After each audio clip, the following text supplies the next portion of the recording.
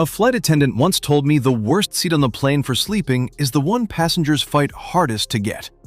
Years of crossing oceans teaches crew things the rest of us never figure out, like which seat actually lets you sleep, which drink quietly ruins the whole flight, and the one meal they almost always turn down. They board a 14-hour flight, disappear into a deep sleep most passengers can only dream of, and walk off looking fresh while everyone around them is wrecked. However, almost none of this is luck, and none of it is about flying business class. It is a set of small, deliberate tricks that anyone can use back in economy. Here are 15 of them, counted down to the most powerful one of all. Number 15. Choose the window seat, and choose it on purpose. The crew I have talked to are almost unanimous on this. For sleeping, the window beats every other seat on the plane, and it is not close. You get a solid wall to lean your head against instead of a stranger's shoulder or thin air. You control the window shade, which means you control the light hitting your face. And most importantly, nobody ever has to climb over you. The aisle sleeper gets bumped by the drink cart, woken by every passenger heading to the lavatory, and jostled all night long. The window sleeper gets left alone. One purser put it simply, "The window is a fortress, and the aisle is a hallway." If sleep is your goal, book the fortress, ideally a few rows ahead of the wing where the ride is smoothest. Number 14. Learn the trap seats, the ones experienced flyers quietly avoid. There are seats on every long-haul aircraft that look fine on the booking map and turn into a sleepless nightmare in the air. The back rows, near the galley and the lavatories, sit in a zone of constant foot traffic, slamming doors, bright service lights, and the smell and noise of crew working through the night. The bulkhead seats, right behind a dividing wall, often have armrests that do not lift and trays that fold out of the side, and many of them sit beside the bassinet position where infants are placed. The exit rows feel roomy, but a good number of them do not recline at all, by design, because the seat cannot block the exit. Crew know exactly where these traps are. Before you book, check a seat map site and steer clear of the back, the bulkhead, and any exit row that the map flags as no recline. Number 13. Dress the way the crew dress for a long leg, which means loose, layered, and forgiving. Tight jeans and a fitted waistband might look sharp at the gate, but 8 hours into a flight, they cut off your circulation and keep you fidgeting. Flight attendants change into soft, stretchy layers because comfort is the whole point. They also swear by compression socks, the kind that gently squeeze your lower legs, because sitting still for hours at altitude lets fluid pool in your feet and ankles and raises the risk of clots. Slip-on shoes you can kick off easily, a fresh pair of warm socks for once your shoes are off, and clothing with no digging seams. Dress like you are going to sleep, because you are, and your body will thank you somewhere over the ocean. Number 12. Bring your own warmth, because the cabin is going to get cold, and that thin airline blanket will not save you. Here is something crew know that passengers learn the hard way. Airlines often run the cabin cooler at night, partly for comfort during the day, and partly because cooler air can help reduce the spread of germs in a sealed tube full of people. The little blanket they hand out is barely more than a sheet, and on a full flight, they can run out. So crew carry their own layer, and the trick they recommend is a large scarf or a pashmina. It packs down to almost nothing. It doubles as a real blanket across your shoulders and chest, and it can bundle into extra neck support when you need it. Being cold is one of the fastest ways to ruin sleep. Pack your own warmth and take that risk off the table entirely. Number 11. Block the light completely, with a proper eye mask, because light is the single biggest enemy of sleep on a plane. Your brain decides whether to release the sleep hormone melatonin largely based on how dark it is. And a cabin is never truly dark. There are reading lights, screens glowing 2 rows up, service lights, and sunrise punching through someone's open shade at the worst possible moment. The flat little masks airlines sometimes give out slip off and press on your eyes. Crew use a contoured mask, the kind with molded cups that sit around your eyes without touching your lashes, blocking the light while letting you blink freely underneath. Put it on before you think you are tired. Signaling darkness to your brain early is half the battle, and a good mask is the cheapest, most powerful sleep tool you can carry. Number 10. Kill the noise. Because a long-haul cabin is a wall of sound your ears never quite tune out.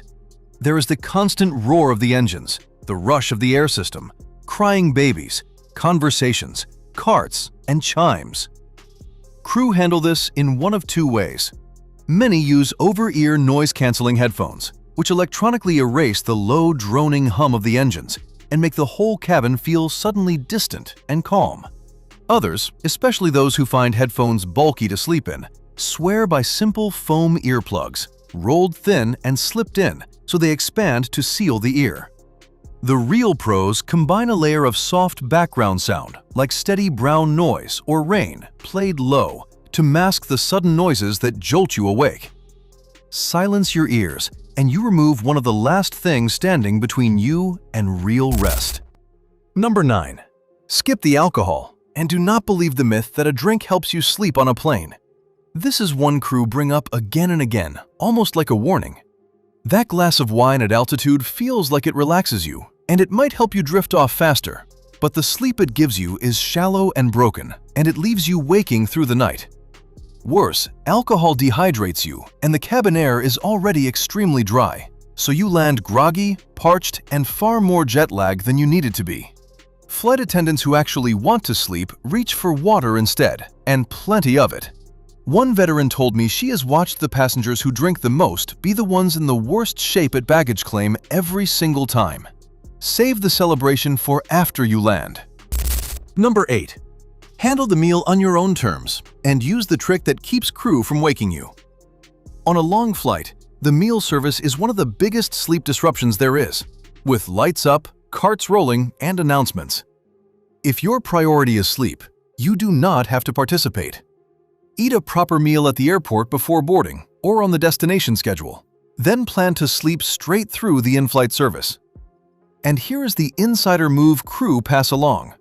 Fasten your seatbelt on the outside of your blanket, visible across your lap. That way, during turbulence, the crew can see you are safely buckled, and they will let you keep sleeping instead of waking you to check. Some airlines even offer a small "Do Not Disturb" sticker or tag for this exact purpose. Ask for one, or make your own signal, and protect your sleep from the cart. Number 7. Support your head the right way. Because the number one thing that wrecks plane sleep is your head dropping forward and snapping you awake. The standard horseshoe travel pillow helps a little, but crew share a smarter version of the trick. Wear that horseshoe pillow backwards with the opening at the back of your neck and the thick part under your chin, so it props your head up and stops it from falling forward onto your chest. If you have the window, lean your temple against the wall and wedge your scarf or pillow into the gap. And for the truly tired, there is the forward fold, where you rest a pillow on your tray table and lean into it, face down, taking all the strain off your neck. Find the one that fits you, because a head that stays supported is a head that stays asleep.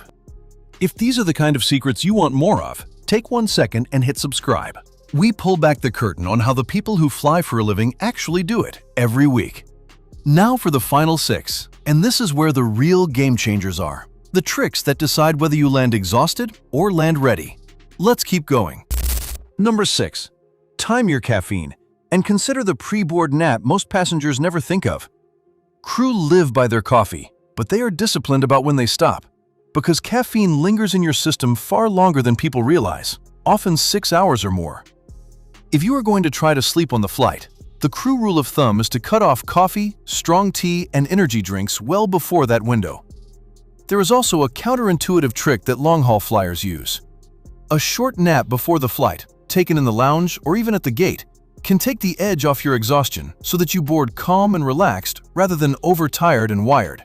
Which sounds backwards, but actually helps you fall into deeper sleep once you are in the air. Manage the caffeine, arrive rested, and you set the stage for everything that follows. Number 5.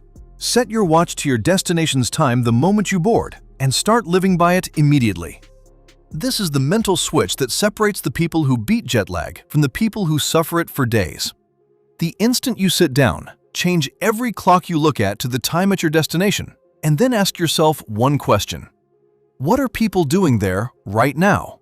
If it is the middle of the night where you are landing, your job on this flight is to sleep, even if your home clock says it is afternoon. If it is daytime there, Your job is to stay awake and push through, no matter how tired you feel.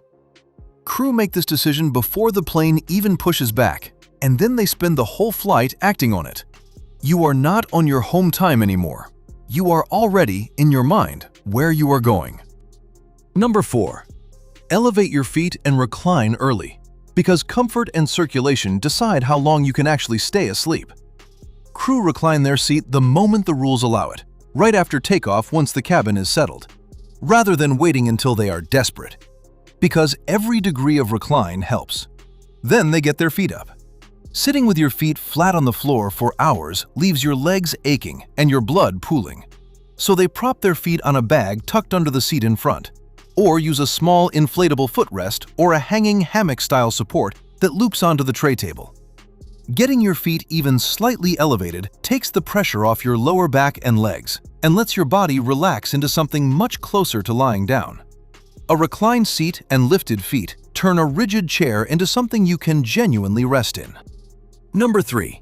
Build a wind-down ritual right there in your seat, the same way you would at home, because your brain falls asleep on cues. At home, you might brush your teeth, change clothes, and dim the lights, and your body reads those signals and starts shutting down. On a plane, most people skip all of that and then wonder why they cannot drift off. Crew recreate the ritual. They visit the lavatory to brush their teeth and wash their face. They change into the soft layers they brought. And back in the seat, they put the screens away, because the blue light from a phone or seatback television tells your brain to stay alert. Then, many use a simple breathing pattern to slow down, breathing in for 4 counts, holding for 7, and breathing out slowly for 8. Repeat that a few times, and your heart rate drops and your body gets the message. Give your brain the bedtime cues it is waiting for. Number 2. Use melatonin, but use it the smart way, low and timed, the way many crew do. Melatonin is the hormone your body releases to tell you it is night, and a small supplement can help nudge your internal clock toward your destination, especially crossing several time zones. The key, and crew are careful about this, is that more is not better. A small dose taken at the time it would be bedtime at your destination tends to work far better than a large dose taken whenever you feel like it, which can leave you groggy. It is not a knockout pill, it is a timing signal.